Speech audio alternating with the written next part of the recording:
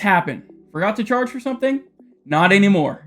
What if Xactimate actively helped you as you estimate? Introducing the Actionable Alerts, live estimating guidance, covering 66 Xactimate categories, over 3,200 alerts, identifying what's wrong and what's missing. Warnings, highlight potential estimating mistakes. Cautions, point out warranted line items you've yet to include. Accurate estimates, more approvals, and fewer rejections. No third-party software, no extra steps. Actionable alerts, live inside of Xactimate. Try before you buy, 99% off your first month. Actionable alerts, no more mistakes, no more missed line items. Hi, everybody. We had lunch? Hey, okay. Hello, hello. Again, it's too much. You guys, calm down. I really want you to bring the power in this next welcome. That's a pun intended. I'm sure you loved that, Craig. But ladies and gentlemen, Craig, I'm going to bring up here in a second, but I want to go ahead and give you some background in case you do not know this wonderful man. Craig Powers is a 38-year industry veteran specializing in large loss with a focus on project management.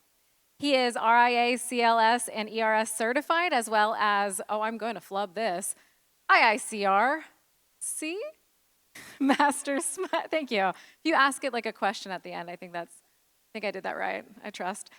He is currently sits on the board of directors and the S550 consensus body drafting a new commercial water damage standard. I couldn't have said it better myself. Yes. You know what? I'm going to ask something special. I want you guys to stand up and give this man a round of applause. Ladies and gentlemen, Craig Powers. Craig. Thank you. Wow. How do I follow that? Wow. Well, thank you so much.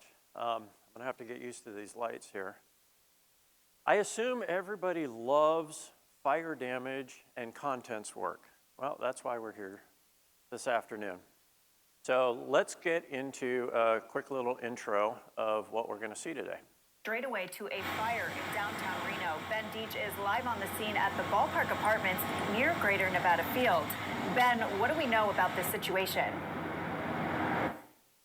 Well, Taylor, crews have spent the last several hours battling and are continuing to battle a fire here at an apartment building that is still under construction right across from Greater Nevada Field. Take a look.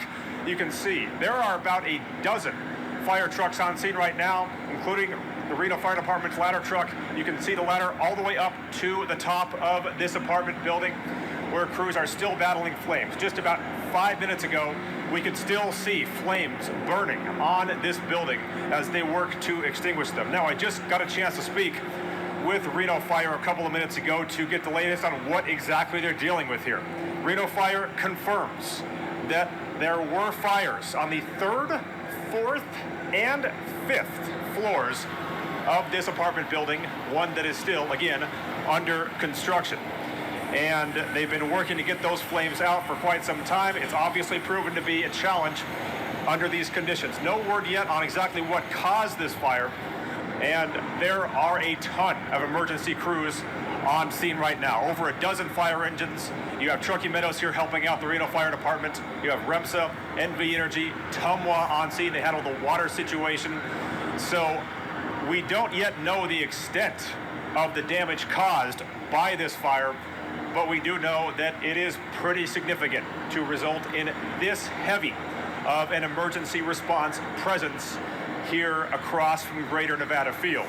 And we know that the scene is still obviously very active, but again, as of 5 minutes ago, flames were still burning on this building, so there was work to do in order to put them out still, though it does appear that crews have made significant damage on them, because as of right now, we cannot see flames from where we are, but there are still a number of crews in the building working to put it out. Now, we'd be remiss if we didn't mention the fact that those of us that have lived here in Reno for quite some time are probably going to all have the same thought when seeing what's going on right now, and that is back in 2006, one of the deadliest fires in Reno history took place basically on this exact same spot when the old Mizpah Hotel burned down here. So a thought that certainly is going to come to a lot of our minds when crews continue to work on this fire here in downtown Reno tonight. We'll continue to update you throughout Colo 8 News Now at 11. Till then. Maybe that piece of land is cursed. I don't know. Not so sure. Oh, that picture's sideways. So what we're going to do is we're going to walk through that project, because after that fire was put out, we received the phone call. So we're going to overlay the 5 phases of project management on this project. It's going to be very high level. We have an hour. We could probably take this project and overlay that over the course of our 2-day project management class, right? But we're going to look at this thing very high level and look at all the different details. So here are the 5 phases. So our project initiation, I'm really going to kind of start with what was our challenge and how did we get the phone call? Because that's kind of important. We need to make our phone ring. Okay? Then we'll get into the planning phase. We're going to talk about what our solution was, because this is a pretty big building.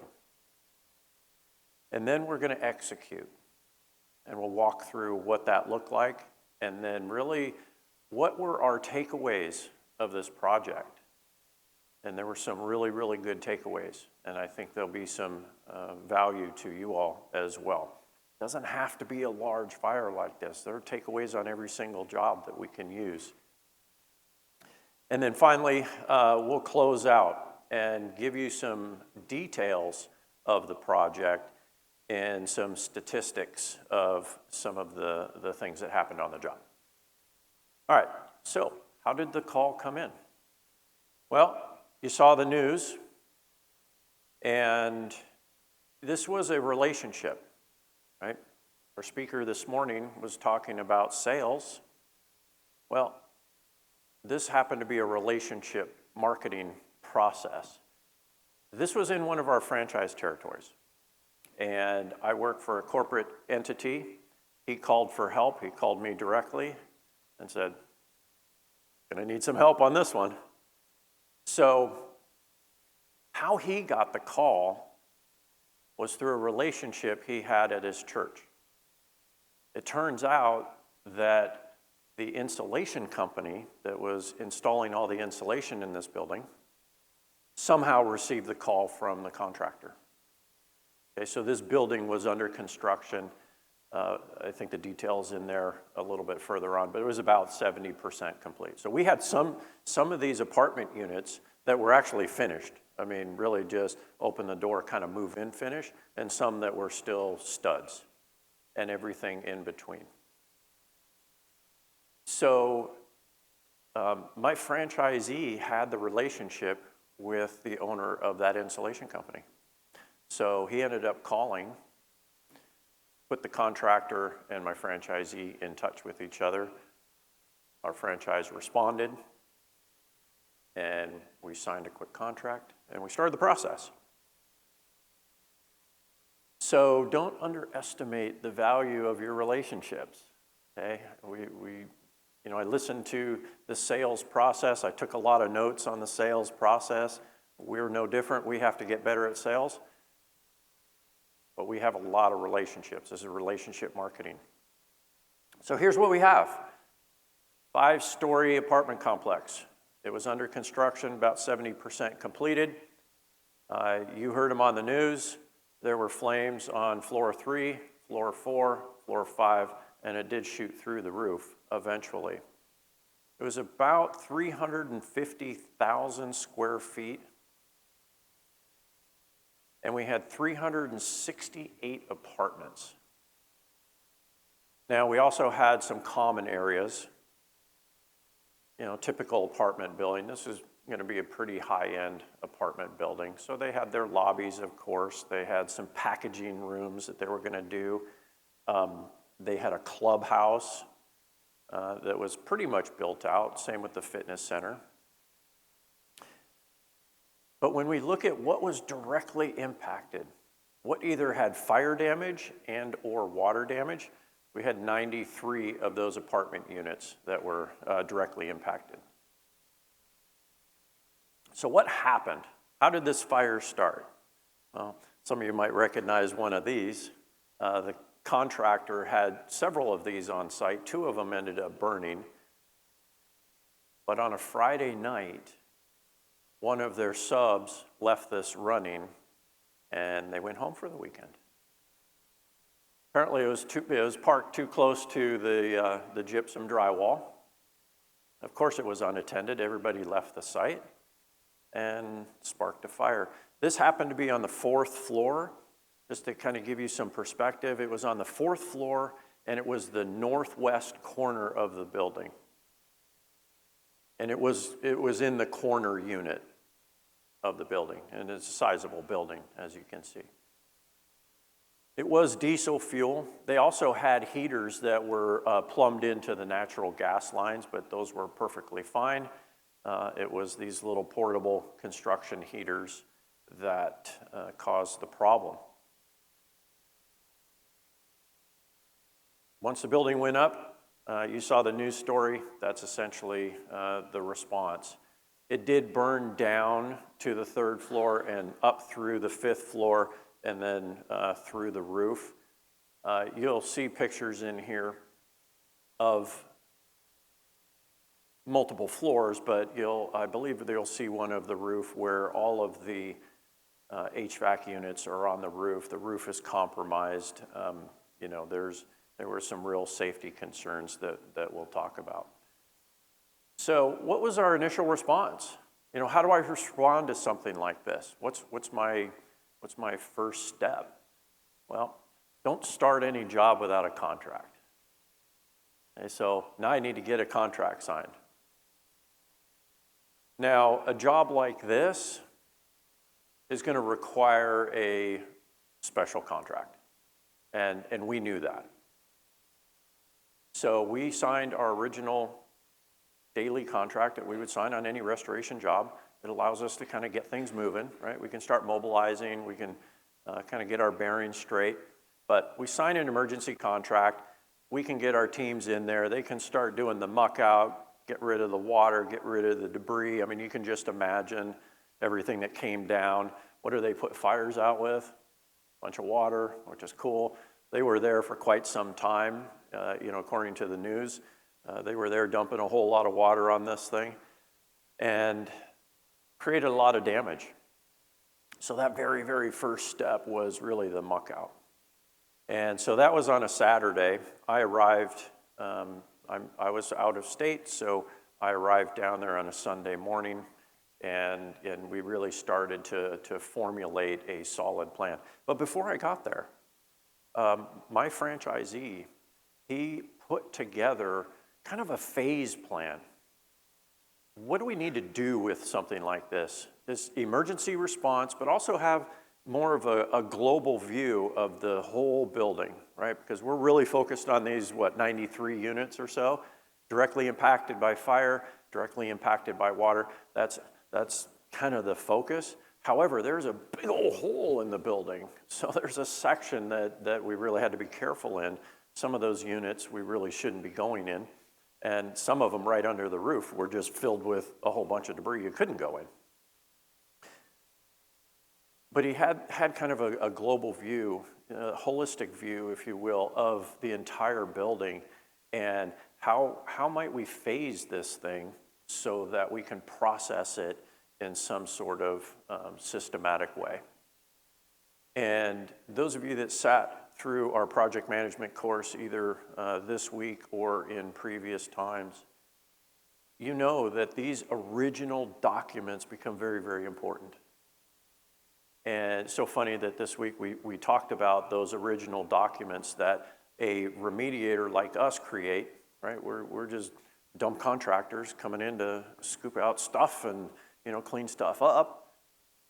Well, those original documents, the IH took those, really formalized them, and really created a solid plan. You'll see in here it was 800 and some odd pages of testing and reporting and sampling and all kinds of fun stuff.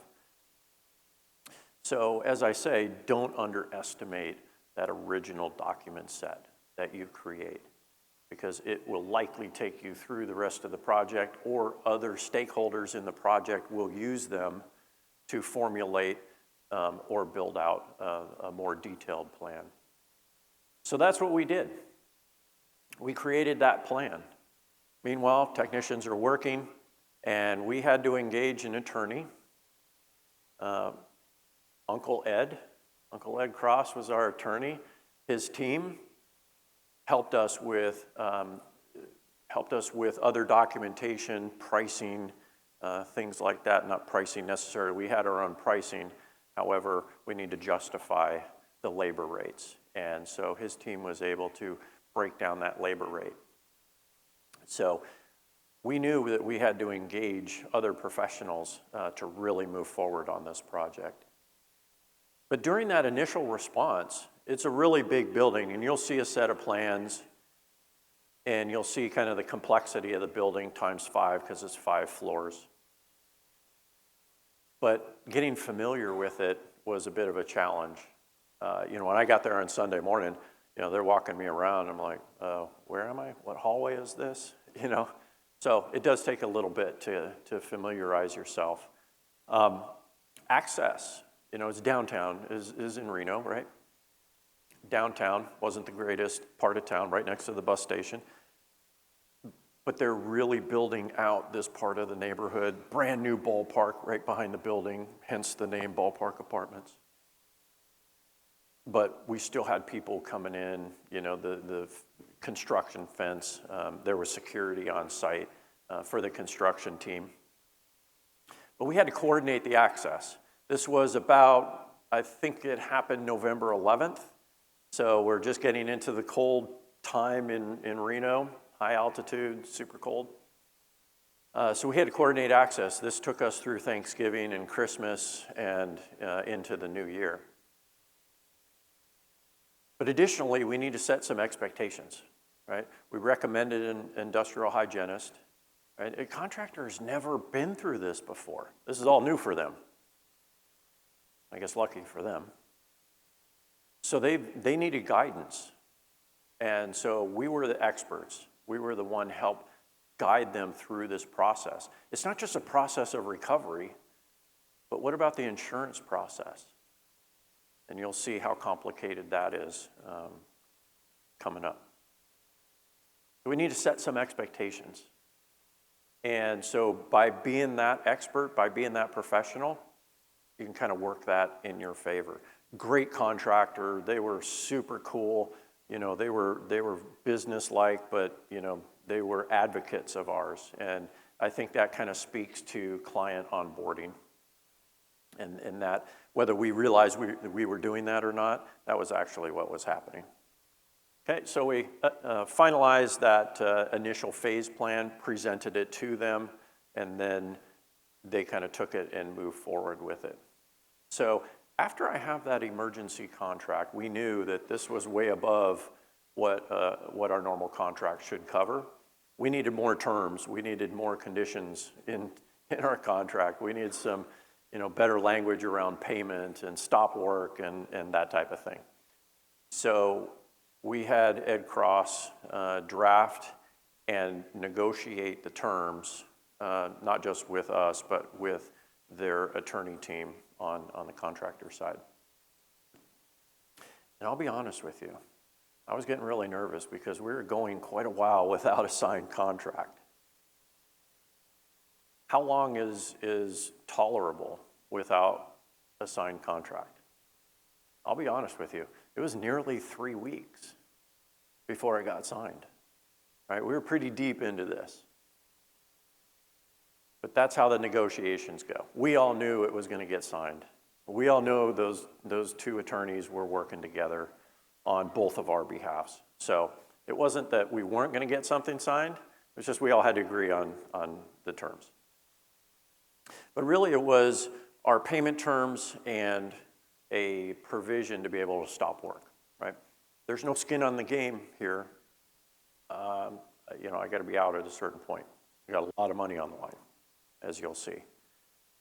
Same with vendors, right? Vendors are going to be providing service. We could not have done this job without the vendors that are in this building right now. Okay, all the vendors that supported us are in this building. Can you negotiate your terms with them? I mean, I have an agreement, but something on this scale, maybe we want to negotiate even further, and we did. And they were okay with it. And we collaborated together, which was pretty cool. All right, let's get into phase two. Let's start planning this thing. How much equipment am I going to need? How much labor am I going to need? Okay. We ended up with, I think, 130, at one point, we ended up with 136 people.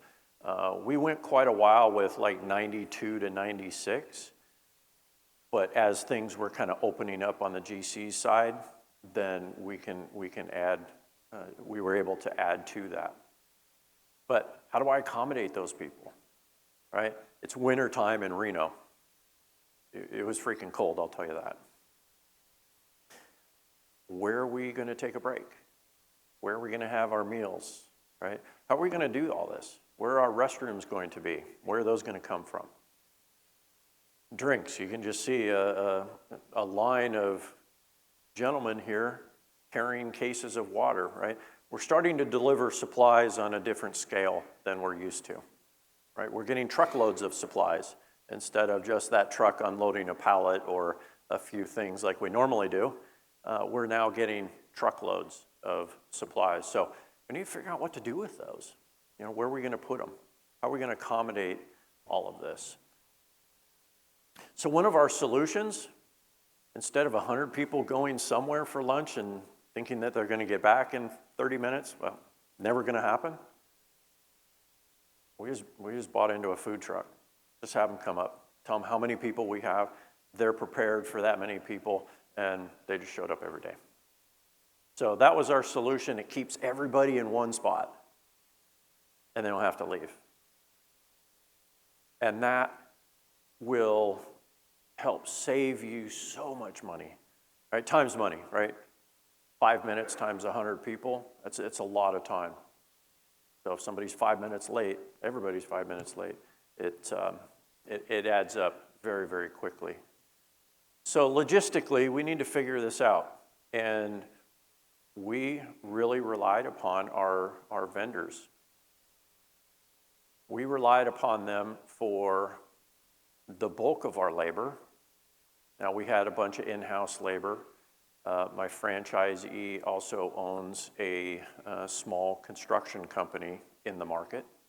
So that certainly helped. It helped with not just some additional labor, but it also helped with constructing the over 60 containment barriers that we had to do.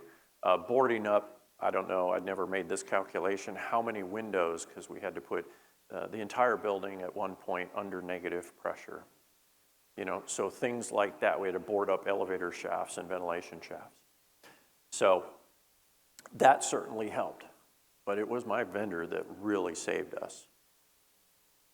We give him a call, we tell him what we need. He sends vehicles full of people with supervisors, and they're almost self-managed. So fantastic resource. Because it was winter, you saw that they were using heaters, so we needed to also bring in some heat. So call up our vendor, we need to bring in some heat. So we started heating small areas of the building. Eventually we were heating the entire building, but we had to start with a section so that at least we can kind of work somewhat comfortably, and our drying equipment would continue to work. But then how do we power that, right? There were contractors on site, there were subcontractors, there was an electrical contractor who had spider boxes strung throughout the hallways. So we're, of course, plugging in, and they're like getting all mad at us and unplugging. And next thing you know, they complain and like, okay, we'll bring in our own power. And you'll see some of those statistics coming up. But when we do all that, we have to consider fuel. So fuel was getting delivered daily in a big fuel truck. We had to calculate how much equipment we need. Now our initial calculation, very different than our kind of detailed calculation, and we'll talk through that here shortly.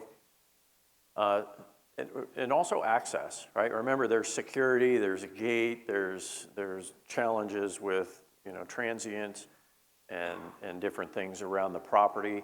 So we had to work with the contractor and the security company.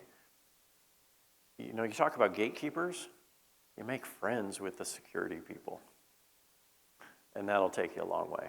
So eventually we were able to get the combination to the fence. Nobody had to, right? We didn't have to really have anybody there. We can really come in early and start working, and that was kind of my job, right?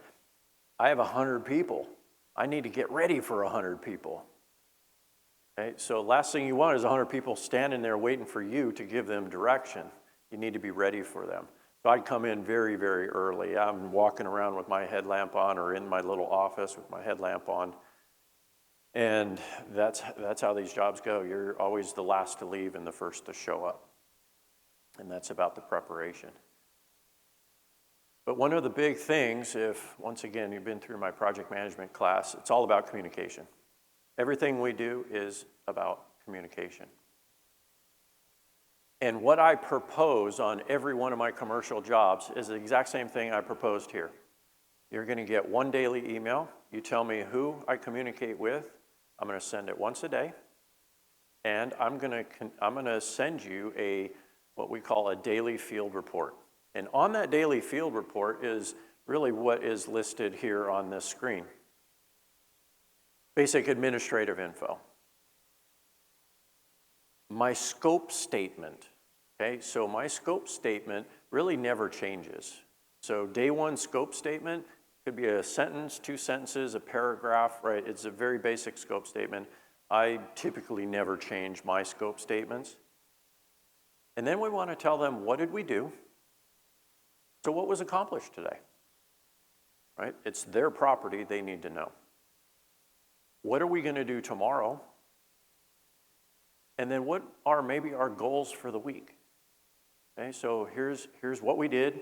Here's our short-term plan for tomorrow.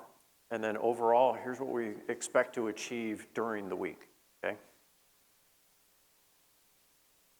And then we have like project goals, okay? So those might be articulated in some form on our daily field report.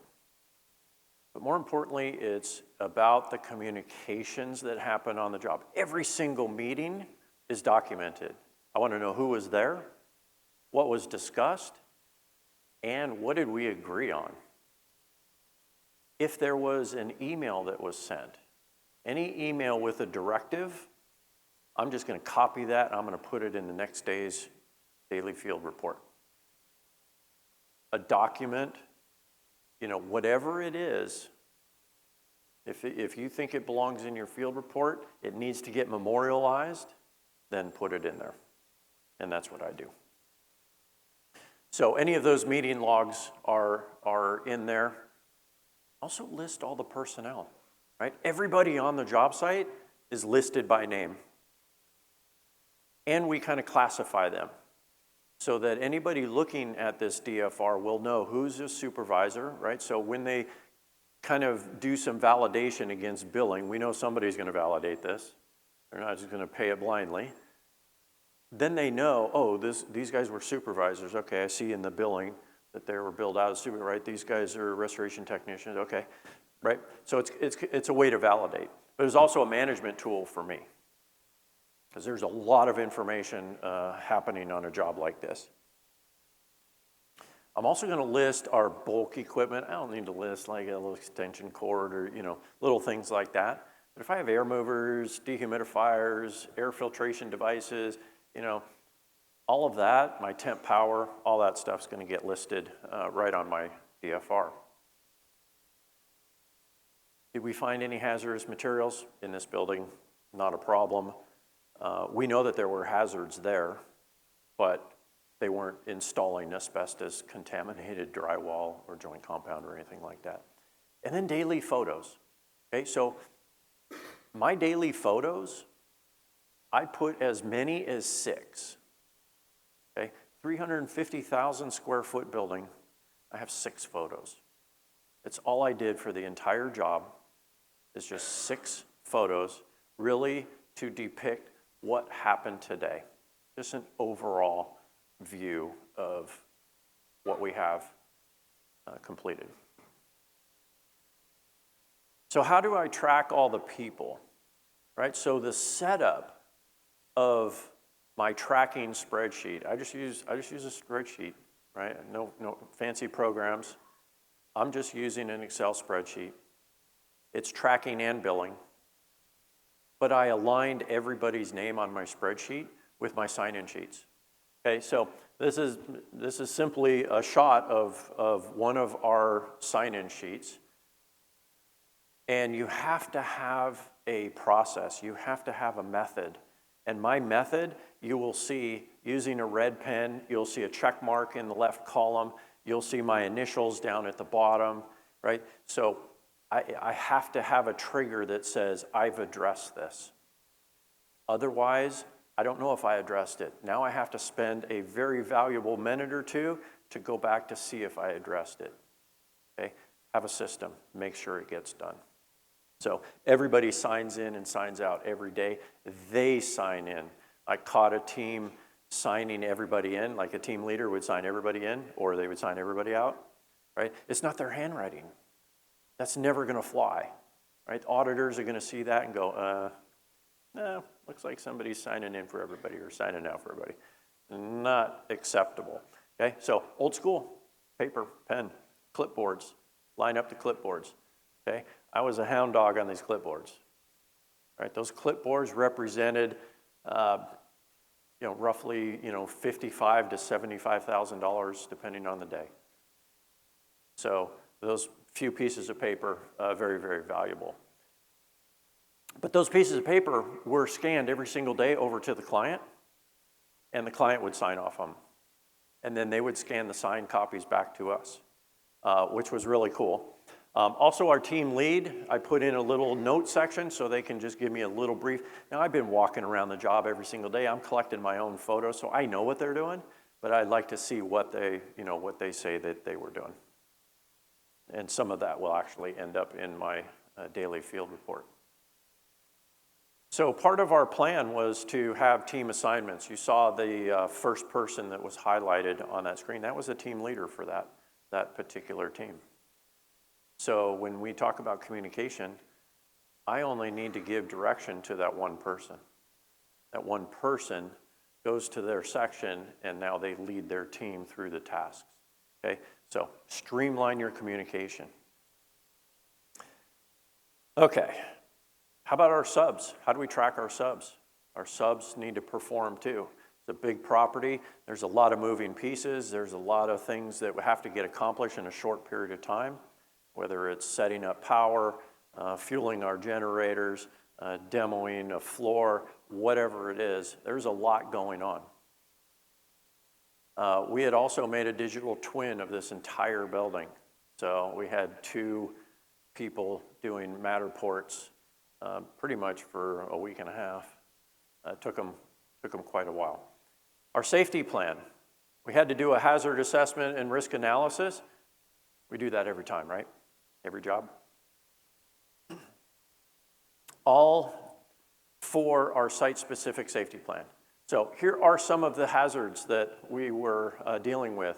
We were dealing with silica. Well, where's that coming from? Well, it's coming from the lightweight concrete that was poured on the floors that had to get chipped out. SVOC, VOCs, PAHs.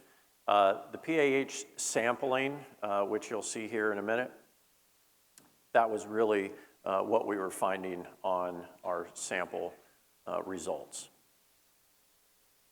Obviously, in that northwest section of the building, we had some overhead hazards, as you'll see in some pictures. A lot of activity. I mean, people are moving. 100 people, they're demoing, they're hauling debris, things are happening. I came back from lunch one day and I pull in and I had to stop and take a quick video. it was offload time. There's a parking garage with a correlating 5 floors, and it was insulation bags just pop, pop, pop, pop, pop, pop, pop. I mean, they were going that fast off of all these floors. It was very comical. But when you're hauling debris like that from overhead, you have to have a safety zone around where those bags are landing, right? You don't want anybody to get hurt, I'm telling you. Because this isn't just our safety record, this is the general contractor safety record, okay? So be very, very careful. We also had traffic to deal with, okay? We were on a fairly busy street. And so with 100 people it's herding cats. You guys understand all that. Our meetings were sometimes 2 or 3 times a day, right? Depending on what was happening on the job site. If something happened or something came up or the client had a need, maybe the fence got changed or maybe something changed on the job site, we had to address that. And we had to make sure that every one of those 100 to 136 people got the message. So sometimes at lunch, we'd end lunch, stop, safety meeting, and then continue, okay? So the cadence of your safety meetings could be a little bit more intense. So when the IH started, they ended up hiring the company that we recommended, which was great, a great IH company, and they understand fires, they understand smoke, and all the things that come along with some of that. But then they got the first invoice for the first set of samples.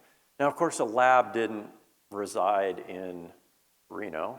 All those samples had to get shuttled down Highway 80 down to the San Francisco Bay Area. So it adds a little time and expense. But then they got the first invoice and quickly put the brakes on moving forward. But thankfully, I'll fast forward, that the client decided to engage them 100%. Test my entire building. I want every space done. I want to know what's here. I want to know when it's clean. I want results. And they did. So our initial ROM was tripled on this particular project because of that. We didn't expect it. We weren't pushing for it, but that was a client demand. So that certainly worked out. But it was a way for us to really refine the phases, right? Remember that initial document set? We kind of phased it out, we highlighted, and we gave them the information. Really just started out on paper, and then put it in email, and then got a set of plans, and then highlighted, and then they kind of ran with that. They produced 826 pages, quite a bit to deal with, but once again, you just process this, one bite at a time. Don't get overwhelmed by 826 pages. Go find the pages that you need, that you're looking for.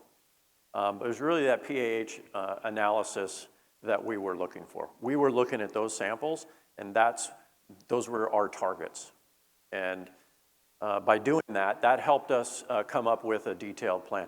They also came up with an air management plan. And I'll show you in the next slide a page of the plans that they included. But our phase plan, basically we had 4 phases per floor, 5 floors. So, and we had 4 steps in every single phase. I mean, you can read the slide, but it started with demo and it ended with final cleaning. Okay, so we kind of chose to churn this job a bit like Henry Ford would be making cars, right? Get that assembly line process going. We had to be very selective with how we're going to deconstruct this building. There was a lot of material that had to come out of this building. And then once we get it out, we really had to process the cleanup very systematically. And that's where all those containment, right, 60 plus framed containments that we put in this building, that's where that really helped us. But then it helped come up with a handover plan. Because once I get a section done, I'm done. I don't need that section anymore. So now the general contractor can have their subs get back in there and get back to work. Because what happened? That fire shut them down. Now, this general contractor was in risk of losing all his sub-trades because they were just going to go to the next job. And if we took the 120 days that this job took and just said, all right, your building's done, there you go. Now they got to go find all these subs again, right? They're already committed to other jobs, okay? So we wanted to help prevent that. So by taking the easier phases based off this IH plan, let's see if we can churn some of this stuff faster and then change the pressure once we're done and clear and then hand it over to them. So that's what we did.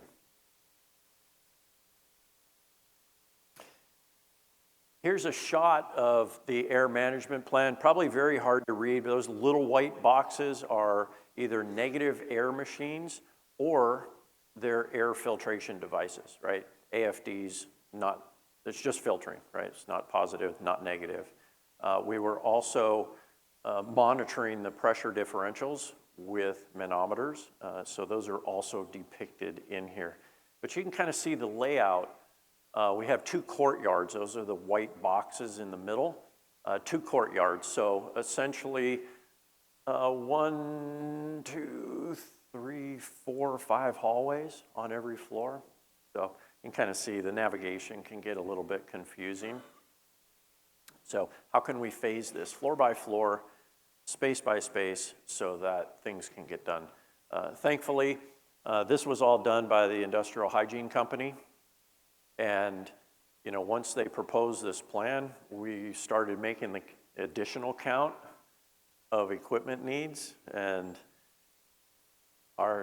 thankfully our vendor was able to step up and, you know, they were bringing in truckloads from other markets to make this all happen. I think we had to pivot and add another 98 AFDs. But do we have enough power for all that?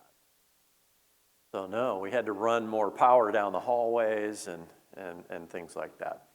So part of that management plan I mentioned is neutral, positive, and negative. All right, so you have to balance all of the different pressure differentials. So once we're done with a space, we flip the pressure, put it under positive, so it's not pulling in any contaminants. And then of course we're gonna seal up that area to make sure no subs get in there. And we also had to post somebody to make sure that subs were not breaching our containments. But they made sure we had to do a data logging manometer, or 2 manometers I think we had on each floor. So our debris was substantial. We ended up with 269 dumpster loads. So managing all those dumpsters, managing that traffic, you can kind of get an idea. You can see the streets around the building. That's an old Harrah's Casino across the street. In the one picture, you can kind of see the boarded up windows with the little sausage tubes hanging out. Those are our negative air machines in boarded up windows, right? All that takes time, effort, planning, right? You need materials, you need somebody to cut them, you need somebody to board it up and set up the equipment, run the ducting, right? All of that's planning. But we ended up with 8,640 yards of debris was my final calculation. It should be pretty close. But churning that many dumpsters every single day. Now, I'll tell you a little funny story. I don't know, it's very funny. I was really upset around Thanksgiving. I was traveling, so I took the Thanksgiving shift. I let y'all take time off. But we lost 27 dumpster loads on the Thanksgiving weekend because the dumpster company was taking the weekend off. Like, they're killing me. It's like 27 dumpster loads. That's a lot of debris that piled up. So guess where all that ended up? I don't know if you remember, maybe we can go back a couple of slides. That white section off on the right-hand side there, that's a parking garage. So we were using the parking garage decks as our debris staging.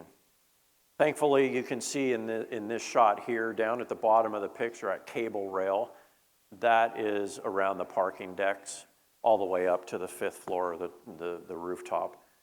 And so we were able to kind of haul debris around. But that's the second floor. That picture is on the second floor. The person standing on that pile is at the level of the second floor. So we were churning a ton of debris. But we were able to achieve the restoration of 368 apartment units. Okay, remember, some of those were fully finished, turnkey. 5,500 linear feet of hallways, right? All 5 floors, 5 or so hallways. We did take 120 days to get through the entire job with up to 136 people, right? So I think we were running anywhere between, when we first started, we had like 65, and then we went up to anywhere between like 92, 98. And then we really got a flow. We added more teams, and we got up to 136. By taking that IH report and reading those samples, we were proposing to kind of change the tactic a little bit in some of these areas. Okay? If some of these areas were not that bad, we chose to do something a little bit different. We used some steam clean. We identified some areas, 32 of the apartments that weren't that bad. They didn't need what the other apartments needed. So we were able to save them quite a bit of money by changing the cleaning tactic, changing the scope of work that the IH was requesting. We also saved 10 units and 3 elevator shafts because they were proposing just full demo. It's like, wait a minute, we can totally clean this and make it happen. This is estimated. We don't know for sure. The contractor really doesn't know for sure. But more than $3 million were saved by our restoration efforts in reconstruction costs. Okay, remember those 32 apartments. If we're not demoing it out, obviously that's going to save them quite a bit of money. We saved a lot of framing. We brought in our ice blasters. The franchise had 2 of them, and these guys were going, both shifts, day after day after day after day, 40,000 square feet of framing. I have some pictures and videos of those guys doing it. Oh my God, they were coming out black when they were done. It was crazy. Now the construction schedule, you're probably thinking, what did that do for them, right? Because, they have construction loans, they got lease agreements, people, all this is already in place. They're leasing this place out. So what does this delay do to them? Well, yes, there was a delay. However, the delay really was about 3 months. So it really, significant to them. But I would say in an event like this, to this extent, it was pretty good. One thing that I do want to point out in part of our negotiating and part of our onboarding our client and educating our client, we were using those RIA AGA position statements, right? We were helping our client understand, here's how the process is going to go. Insurance carriers are going to get engaged, and here's how things are going to go. Consultants are going to get engaged, and here's how things are going to go. So very, very good assets for all of us to use. But when the consultants do show up, in our case, they did show up. We had eight or nine insurance carriers, and they did not show up for, guess how long? 3 weeks. Nobody showed. We had full reign to do whatever we wanted to. I've been doing this a long time. That's just weird to me. Like, where is everybody? Didn't y'all see this on the news? This is your money. You would think you might want to come see it. Well, they were agreeing on a consultant. So that was their delay, I guess. So there's an invoice review process. That's what the consultants do. They make sure that we're doing things right, we're efficient, we're billing properly, But in this case, if you're not aware this is possibly where things are going, the consultant used AI tools to scrub our invoice. I don't know if you've ever had that before on a time and materials large-scale project, but they're using companies to scrub our invoices. So that begged the question, all of your recommendations, I'll call them recommendations, revisions, what's behind that? What are you comparing this to? So we called the data companies, because they were using 2 of them. We called the data companies, and they were scrubbing our fire invoice against a small water damage jobs. So we were able to prove that. They tossed out the information, and we just moved forward. So be careful. Ask questions. Don't just take it for face value. So what did we learn? Well, on a job of this scale, have Uncle Ed do your contracts. Engage somebody that can keep you out of trouble. We have agreed upon pricing. Our price list was signed by the contractor, our client. It was attached to our contract and then signed again. Consultants get on site and they have really nothing to say about it. In fact, their exact words with our pricing, we used our national pricing, by the way, in this small, I call it an oasis market of Reno. We used our national pricing. Well, Reno doesn't really support that.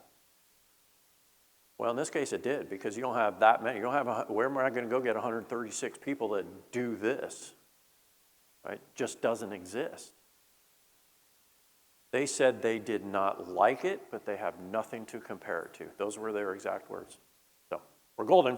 We move forward, and that's how we were getting paid. So we got our pricing agreed upon up front. Don't surprise anybody. Your initial scope, your initial walkthrough, that initial document set, extremely valuable. And then develop that detailed scope. That detailed scope, once that IH report comes out, obviously, it can become a whole lot easier for you. And then your loss of business, largest part of these claims,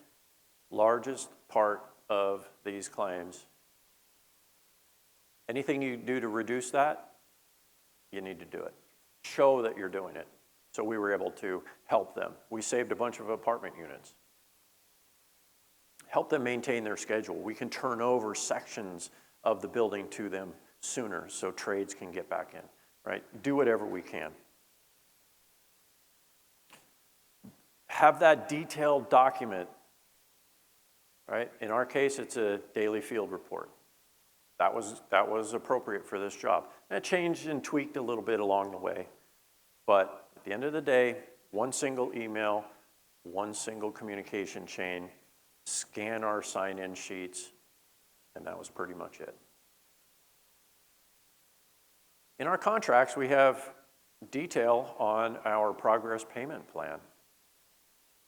Don't be afraid to give them a stop work.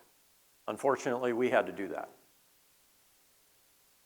because we had commitment from the contractor that they were getting held up at the assurance level. Our first invoice, which was billed out maybe 2.5 weeks after it started. I billed it, well, maybe up to 3 weeks. It's just under 3 weeks. They were choosing not to pay us. So we went for another day, more promises, and at a certain point, Ed had to create a stop work letter, and we sent that to them. Guess what happened? We didn't get all the progress payment, but we got a good chunk of it. We can pay our labor, and we can, start paying some bills. So have that reporting. Have a process. This is just a picture. You can see once a unit was done, you shut it down. Don't let anybody in. Post it so it's ready. The IH understands here. This is ready. So we have to communicate all of that and have a plan to hand things over so that we can check it off. I've in the past used, like the water dots, red dot, green dot. A green dot means this is done and cleared or, whatever it is. I'm very visual, so using some sort of visual really works out. Construction company loves us. They really like working with us, and we love working with them. They have given our franchise a regional contract. We're like their go-to.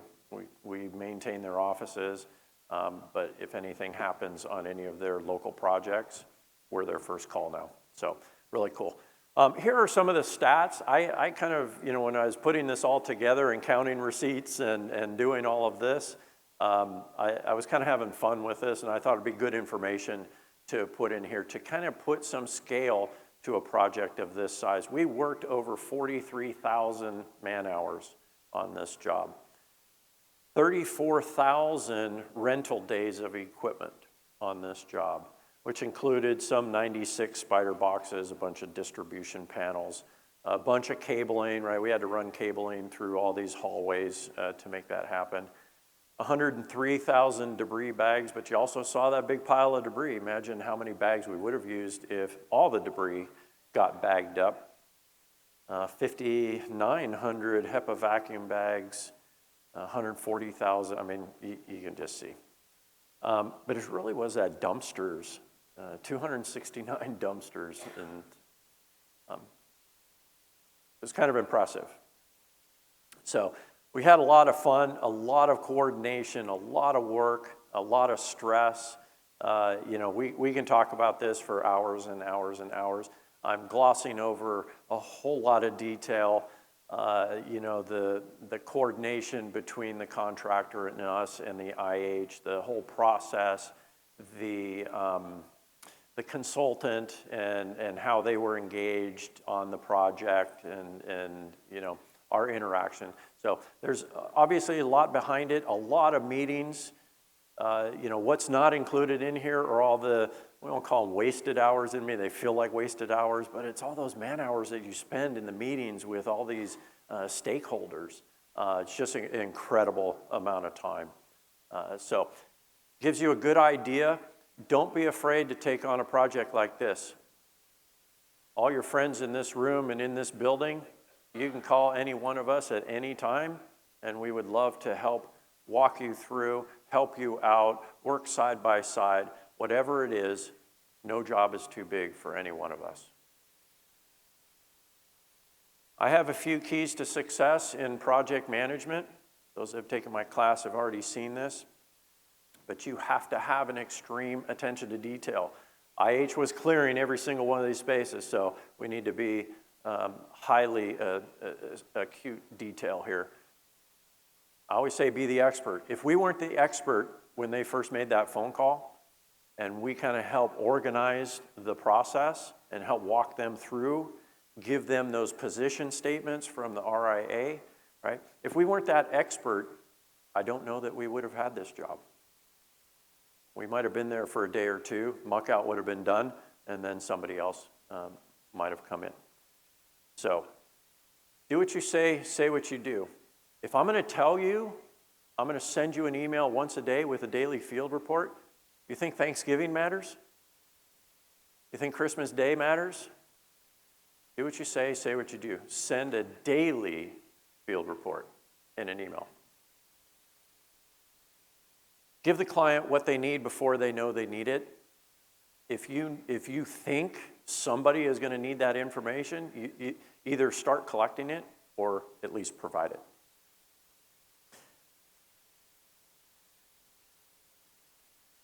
All right. Well, thank you very much. Appreciate it. Enjoy the rest of the show.